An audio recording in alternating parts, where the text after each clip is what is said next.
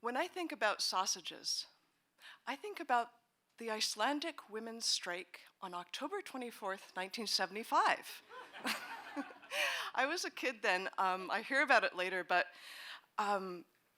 for those of you that never heard about it, pretty much all the women in Iceland went on strike that day. They just took the day off to protest wage disparity between men and women, unrecognized labor that women primarily did as homemakers. It was International Women's Year, and wow, the world was shockingly full of sexism and misogyny, amongst other things. I'm not like an expert on this, but I thought it was really intriguing and feisty. Go women in 1975. Woo! Fun fact, all the shops in Iceland ran out of sausages that day. As all the dads and all the fathers that were making dinner bought them all up. My mom is responsible for the house and taking care of us 3 kids. My dad responsible for bringing home the bacon. Same time frame, the 70s. It's a special day. My dad is making scrambled eggs. He's standing next to the stove in his plaid housecoat over his striped pajamas, cracking eggs, melting butter in the frying pan. The eggs are soft, but not too soft. Fluffy, not too fluffy. They're the best. My mom makes turkey dinners for Thanksgiving, roast beef for Christmases. She also has this enormous can of instant mashed potatoes and boxes of Hamburger Helper in the cupboards. Kitchen's clean, she'll say, time to make lunch. My Auntie Gay, short for Gaynor, is my mom's best friend, and she's visiting us from Toronto. She talks about women's lib. She's married to her second husband after divorcing her first husband, who is a football hero and ended up being a sexist jerk. My brother and her son, Johnny, play with race cars for hours while I'm playing with my cousin, Lisa, playing dress up. Our moms catch up, smoke cigarettes, laugh and talk and talk. They drink tea and then later cocktails. Women's lib is the term I remember from then, not feminism. And I harbor a resentment towards my brother. He gets to mow the lawn. I have to weed the garden and dust and vacuum. He gets to drive my dad's tractor, and I have to keep asking to learn for so many years. And on TV, in the news, women's lib is depicted as a lot of bra burning. I'm getting my first dicey bras, and I don't really want to burn these. Bacon. So many people love bacon, the smell of it, the taste of it. I'm 20 and I love bacon. And I love Sir Francis Bacon. He's from the Renaissance, like the late 1500s, early 1600s. There's like the largest classroom at McGill holds a few hundred of us students for English literature twice a week.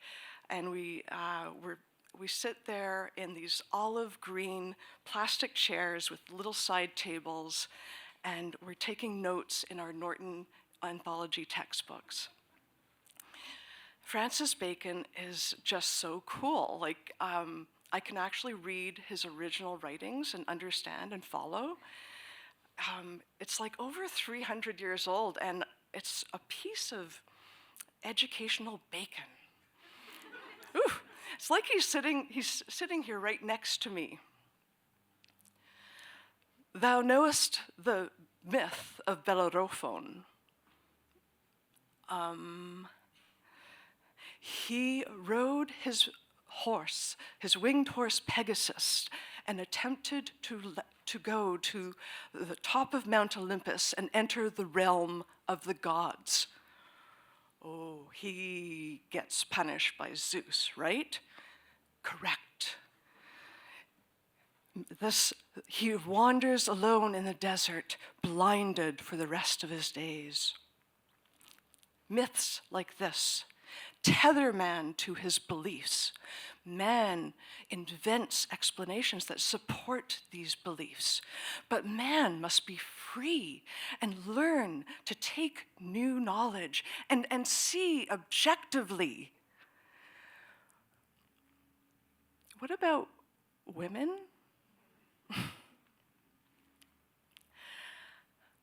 I'm home for the weekend, and I've had this really great conversation with my dad about how much I love my classes at McGill.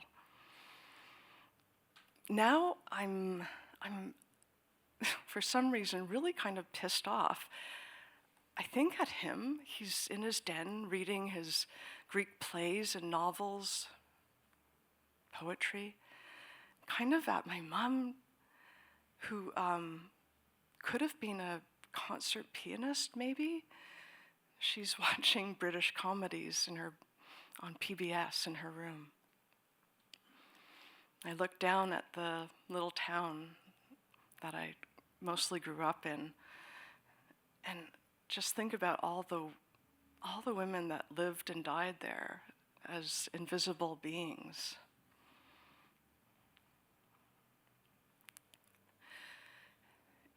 Eggs. Eggs get old. That's Sakura imitating her mother. Sakura and I are still at McGill. We're doing graduate degrees after our undergrads, and the pressure is on for Sakura to settle down and have babies. It's the 80s, and we have lots of time. We're going to get our careers in order and then find these perfect mates. And in Quebec, that means living together. Sakura is living with her serious boyfriend, who ends up cheating on her. I have crushes, I have relationships that don't pan out. We try to figure out love, but our eggs are going to have to wait. Sakura and I have our babies 6 days apart in the early 2000s. We live thousands of miles apart now. We have jobs. We're both in relationships that won't work out. But my babies, my babies who turn into children, who turn into teenagers, who turn into young adults, they kind of perform a type of magic on me. They make me want to keep aspiring to be a good human.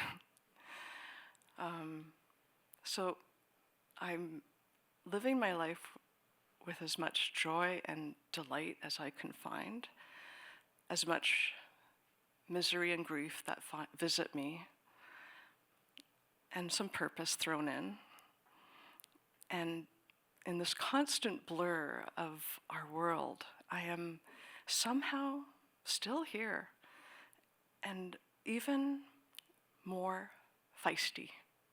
Thank you.